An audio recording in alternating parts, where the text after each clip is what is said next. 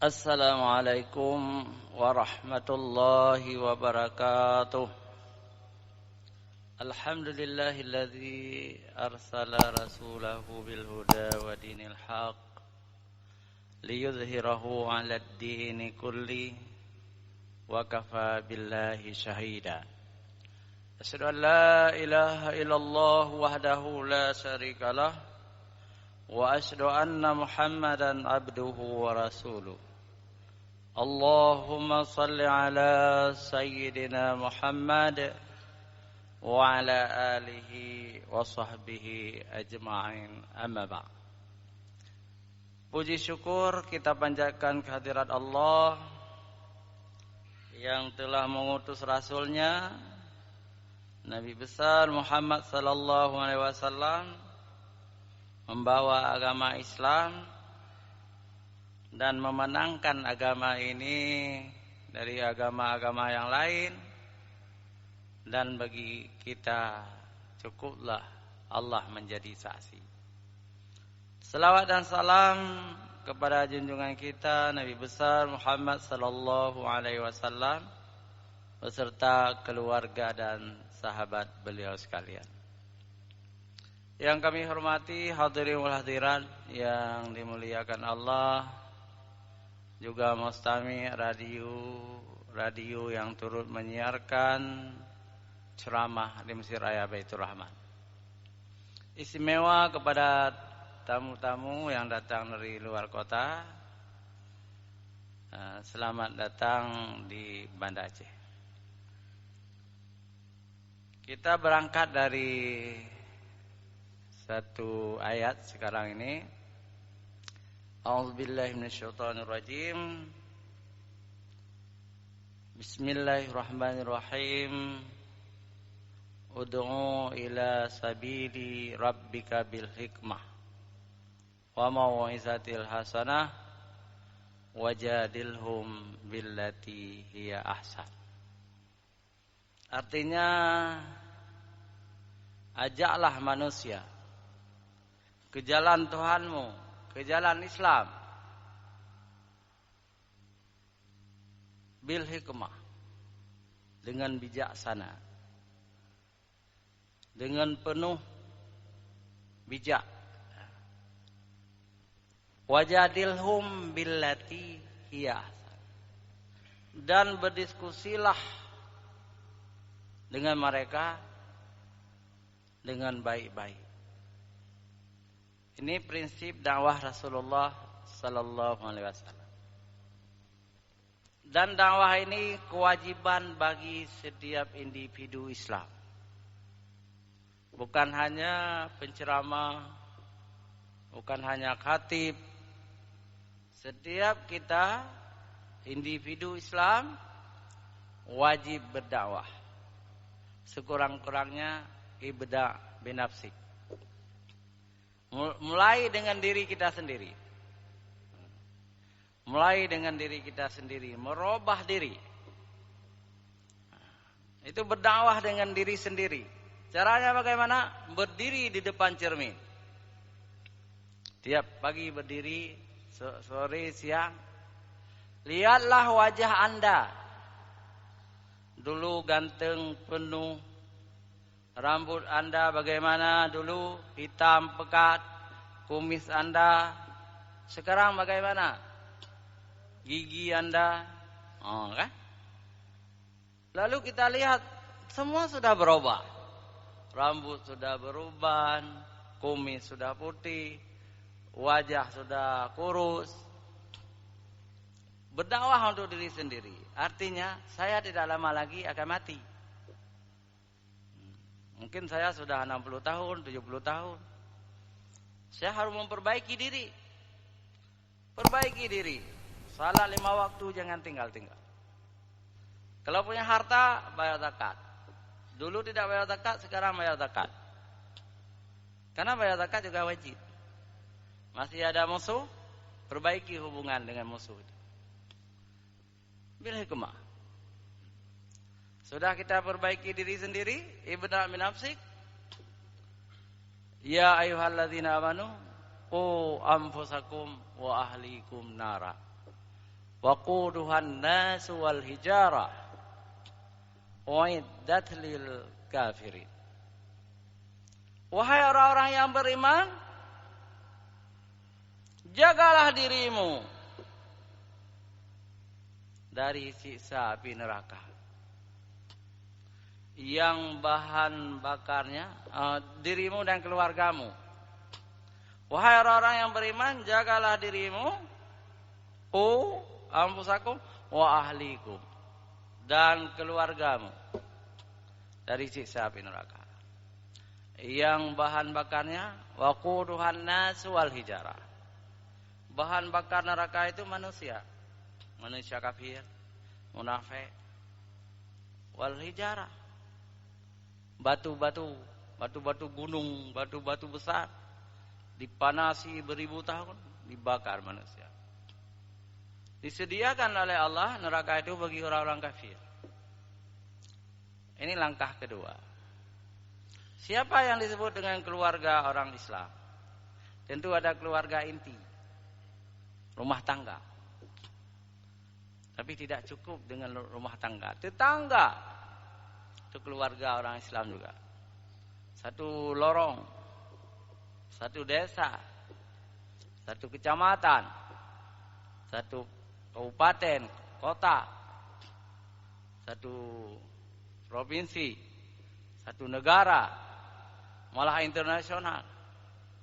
Wajib berdakwah dengan kemampuan yang ada.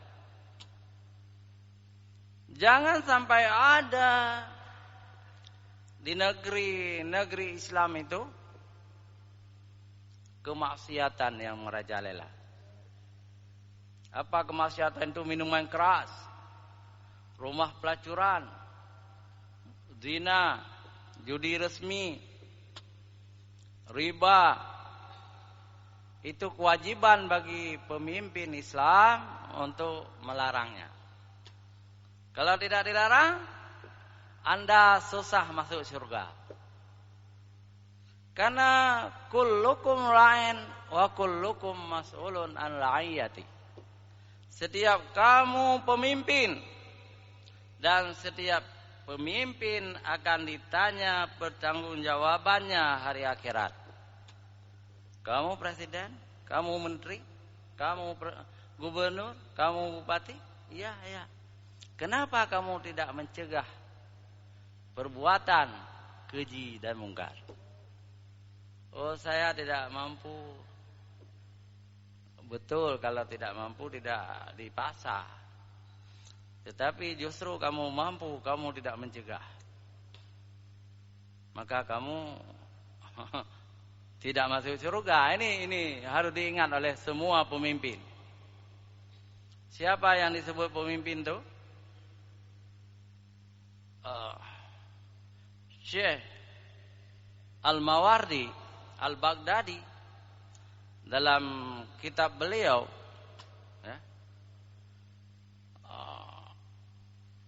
dalam kitab beliau dibagi tiga, seperti sekarang juga. Dalam kitab Ahkamul Sultaniyah dibagi tiga. Yang pertama yang disebut pemimpin adalah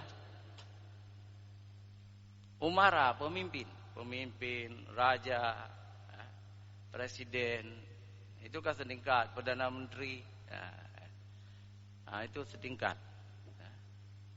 Itu pemimpin. Itu namanya eksekutif. Yang kedua yang disebut pemimpin adalah legislatif. Itu siapa? Anggota DPR. Bagi mereka wajib membuat kanun-kanun yang melarang kemaksiatan. Wajib mereka buat.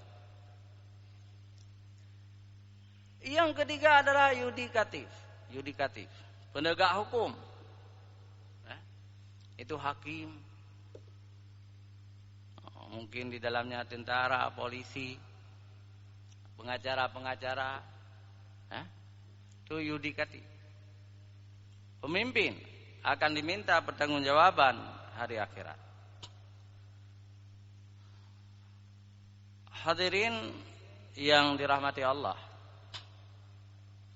Kita lihat kemaksiatan masih merajalela di Indonesia ini. Seperti para penceramah tidak mampu juga, pemimpin tidak mampu, banyak orang tidak mampu. Karena tidak serius melarang itu. Padahal diminta oleh Allah untuk kita larang. Wal takum minkum ummatu yad'una ilal khair wa ya'muruna bil ma'ruf wa yanhauna 'anil munkar. Hendaklah ada di antara kamu segolongan umat yang berbuat baik, mengajak kepada yang ma'ruf dan mencegah kemungkaran. Ada memang, tetapi tidak serius, tidak tuntas. Apa buktinya? Di Aceh sekarang judi online di warung-warung kopi luar biasa. Judi entah apa-apa namanya. Itu dosa besar. Wahai anak-anakku, wahai adik-adikku, wahai saudara-saudaraku, orang-orang yang beriman yang ingin masuk surga, jangan kalian berjudi online. Karena judi online itu adalah dosa besar. Kamu tidak bisa masuk surga kalau kamu terus berjudi. Nah, kita ingatkan nih, judi dosa besar. Karena dosa besar itu antara lain yang paling besar adalah syirik. Mensyirikatkan Allah itu nomor 1, dan itu tidak diampuni oleh Allah Subhanahu wa taala. Masuk neraka orang-orang syirik. Yang kedua yang paling besar dosa adalah membunuh manusia tanpa dosa. Manusia itu tidak berdosa, kita bunuh. Itu sangat besar dosa. Yang ketiga durhaka sama orang tua. Yang keempat berzina. Yang kelima mencuri, korupsi. Korupsi dosa besar. Maka sebaiknya itu menteri-menteri yang korupsi Jakarta dieksekusi saja. Itu yang berhak ditembak mati. Gara-gara mereka negara bisa bangkrut. Nah, kan? Dosa besar korupsi itu. Korupsi itu dalam fikih Islam itu sama hukumnya dengan pencuri. Wajib dipotong tangannya.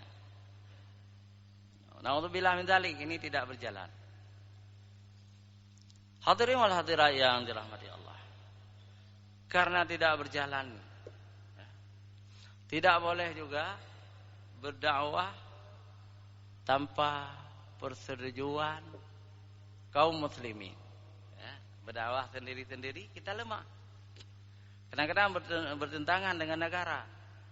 Kadang-kadang bentrok dengan negara. Bagaimana juga kita ajak negara dakwah bersama-sama. Ini yang sangat.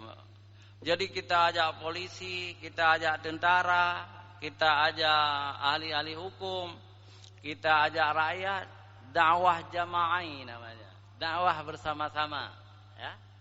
Dakwah jama'i itu sangat indah. Tidak ada benturan, dan tidak ada kebencian. Tidak ada kedengkian. Karena jenderal-jenderal mendukung dakwah, tentara-tentara, polisi mendukung dakwah, pemerintah mendukung dakwah, ulama mengajak mendukung dakwah, semua mendukung dakwah, rakyat juga mendukung dakwah. Insyaallah tidak terjadi benturan. Nah, kalau kita berdakwah masing-masing, ya, itu bisa jadi terbentur dengan kekuasaan. Ketika terbentur dengan kekuasaan, dakwah itu kadang-kadang tidak jalan. Nah, ini, maka perlu bekerja sama. Di dalam hadis sudah diberikan isyarat oleh Rasulullah sallallahu alaihi wasallam untuk kita berdakwah bersama-sama. Man ra'a minkum munkaran falyughayyirhu biyadi. Fa illam yastati' fa bilisani. Fa illam yastati' fa biqalbi. Wa dzalika adhaful iman. Ini hadis sahih riwayat Bukhari, Muslim, Abu Dawud lagi. Apabila seseorang kamu melihat kemungkaran, maka hendaklah engkau cegah dengan kekuasaan. Biyadih itu tangan, tangan itu kekuasaan. Ajak tentara untuk membubarkan judi, ajak tentara, polisi untuk menghancurkan kemaksiatan. Jangan jalan sendiri. Ini cara. Dan alhamdulillah kami di Jumat Berkah bekerja sama dengan polisi. Jadi kita terima kasih kepada polisi yang selalu hadir di salat-salat pagi Jumat Berkah. Tapi sekarang kita down, tidak ada dulu karena COVID. Nanti kita mulai lagi. Yang kedua, ini da'i. Jadi fabilisani, dengan lisan, dengan mulut, dengan mimbar. Dengan mimbar berdakwah, tapi harus bil hikmah. Jangan caci maki, jangan mengeluarkan kata-kata yang kotor, jangan membenci golongan lain, jangan membenarkan golongan sendiri. Semua umat kita, umat Islam, kita ajak mereka untuk bekerja sama, lemah lembut, jangan keras-keras, jangan dengan bahasa-bahasa yang menyakiti saudara-saudara kita yang lain. Jadi dalam Islam ini banyak aliran, tapi aliran-aliran ini juga Ahlussunnah wal Jamaah. Aliran-aliran ini juga baik-baik. Cuma perbedaan masalah khilafiyah saja. Masalah cabang-cabangnya, furu'iyah, yang sunat-sunat, akidahnya sama. Untuk apa kita saling caci maki? Untuk apa kita saling mentakfirkan? Padahal mereka juga salat seperti kita, mereka juga beriman seperti kita. Hentikan caci maki sesama Islam. Yang ketiga, kalau kita tidak mampu berdakwah bilisan, dakwah bilisan juga masuk dakwah dengan tulisan sebenarnya. Dakwah dengan tulisan. Dengan tulisan juga kita bisa berdakwah. Yang ketiga, dengan hati. Habi qalbi, dengan hati. Bagaimana dakwah dengan hati? Apakah kita berdoa kepada Allah? Apakah kita menjauhi tempat-tempat maksiat itu? Kalau ada sebuah warung kopi di situ 24 jam orang main batu, tam-tum, atau main daun dan entah apa pekerjaan-pekerjaan yang lara, kita jangan dekat-dekat ke situ. Enggak usah ke situ. Kalau lebih baik lagi adalah melapor kepada kepala lorong, melapor kepada Pak Kesi, melapor kepada yang berhak, kita lapor bahwa di warung itu ada judi tengah-tengah malam misalnya. Tolong dilarang. Itu kan termasuk biqalbi, dengan hati. Artinya tidak berteriak-teriak, tidak keras, lembut, diam-diam. Walaupun kita telepon, halo Pak Kesi, halo Wiha, di situ ada orang pacaran sudah jam 11 malam di dekat warung, di dekat jembatan pula. Itu dakwah juga. Dakwah itu.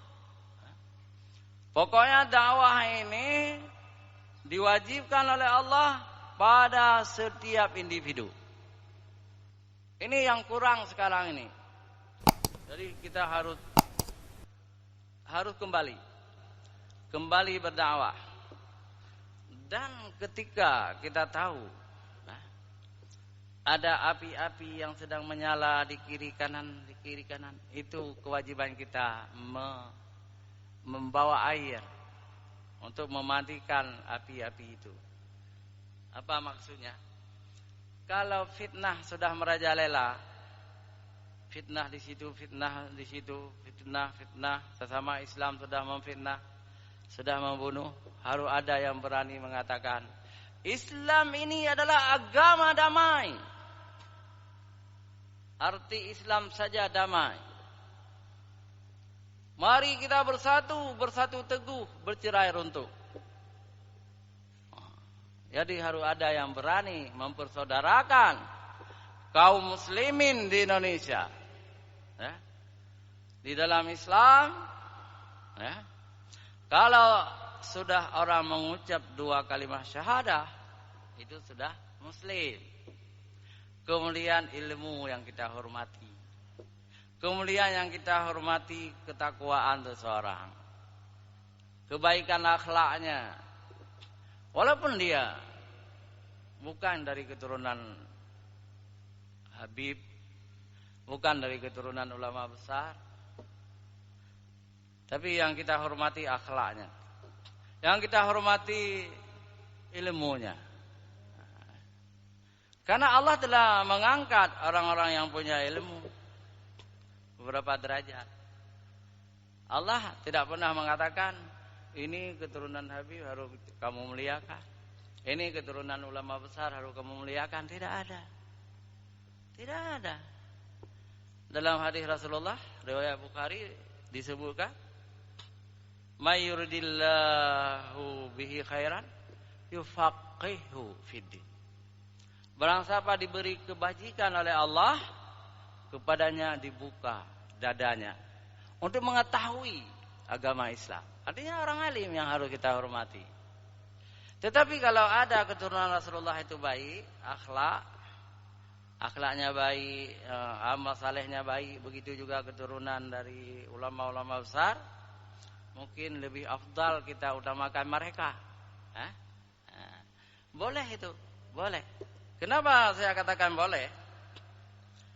Abu Bakar sendiri, Abu Bakar Siddiq, Umar bin Khattab, ya, juga Utsman bin Affan, apalagi Sayyidina Ali, ya, mereka memuliakan keturunan Rasulullah, cucu-cucu Rasulullah, istri-istri Nabi dimuliakan. Jadi sampai kepada Bani Umayyah,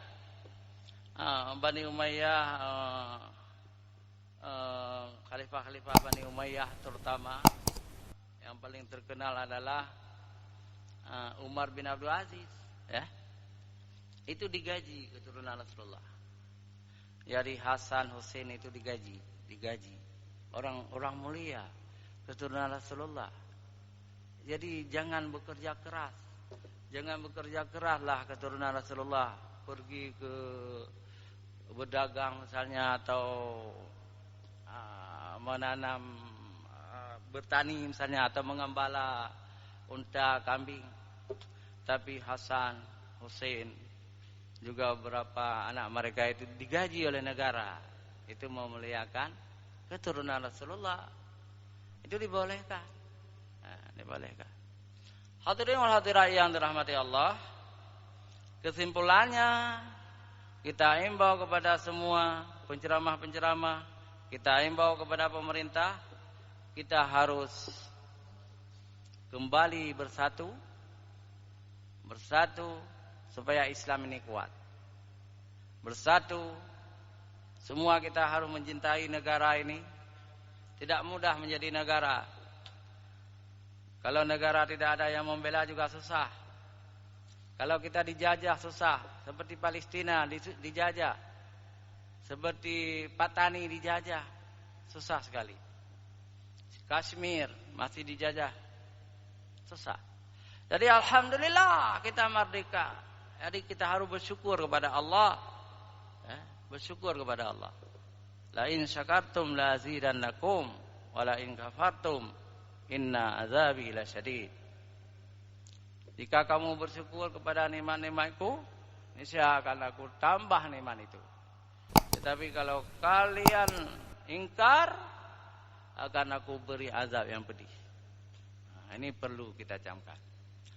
Hadirin wal hadirat yang dirahmati Allah Subhanahu wa taala, hanya sampai di sini, mudah-mudahan berguna bagi kita semua. Billahi taufiq wal hidayah. Wassalamualaikum warahmatullahi wabarakatuh.